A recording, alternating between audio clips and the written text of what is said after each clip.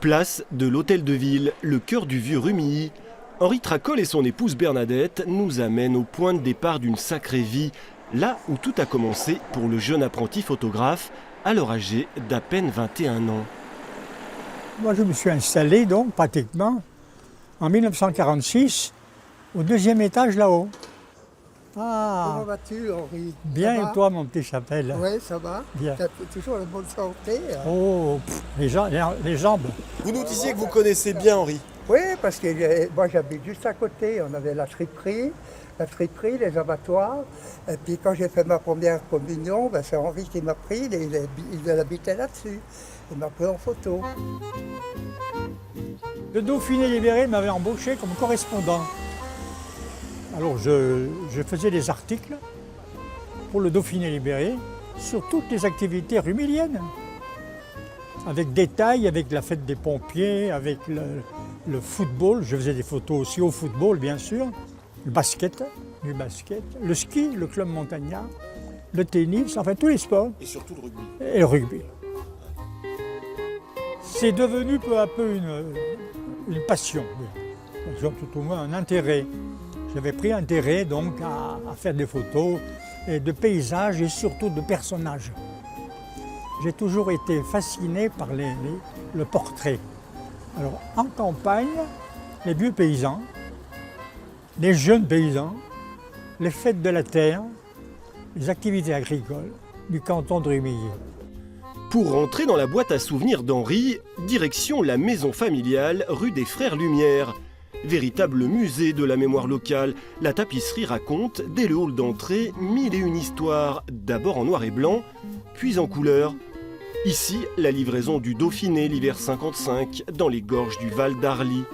Là, une ripaille mise en scène du temps où Henri, en bon VRP du syndicat d'initiative, vantait les produits locaux. Les mentales, le bon pain, le père Neveu, pour montrer à nos futurs clients que la gastronomie était présente à Rumilly et qu'on mangeait très bien dans le canton de Rumilly. Montrer la vie des gens simples, c'est quelque chose d'important voilà, pour vous. c'est ça. Voilà. Ça, ici, voilà. Béquin, là. Il boit un canon avec un copain. Il n'y a pas d'éclairage, là, c'est uniquement le soleil. Là, Gaston Périlla, au Grand Bournan, avec son fils. J'ai voulu le prendre avec le saucisson, le jambon plutôt, et puis la terrine. Depuis son tout premier pliant offert par sa tante Jeanne en 1936, Henri a collectionné les boîtiers magiques, saisi quelques 250 000 clichés, développés longtemps dans le labo familial. Ses nombreux ouvrages racontent la vie paysanne dans l'Albanais, le monde ouvrier avec Tefal, le Léman Blanc, ou encore l'épopée des rugbymen rumilliens, champions de France de 2e division en 1986 et immortalisés avec les moyens du bord. C'était héroïque.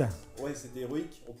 Alors que maintenant, dès qu'une attaque arrive, le photographe il est là, il appuie sur son appareil, il prend 50 photos. Il a automatiquement un 3/4 centre qui perce et puis il y a... Moi, pour faire la photo de Seigneron qui perce, j'en ai pris je ne sais pas combien de photos avant ça. J'en ai pas repris, puis je n'ai jamais pu reprendre après de photos comme ça. Il fallait prendre des photos. Clac, clac, merde, j'ai loupé. Le temps paf. Alors, je parle du temps où il y a pas si vieux, où on tournait comme ça le 24-36. Ce que les Rumilliens savent moins, c'est que cet amoureux de l'image a aussi filmé dès les années 50. Des trésors d'archives exhumés grâce au documentariste savoyard Pierre Bécu, qui lui a consacré un film. Henri Tracol approche aujourd'hui les 94 ans. S'il a décroché l'œil du viseur il y a une douzaine d'années, ces images reflètent encore le regard d'un homme toujours curieux des autres.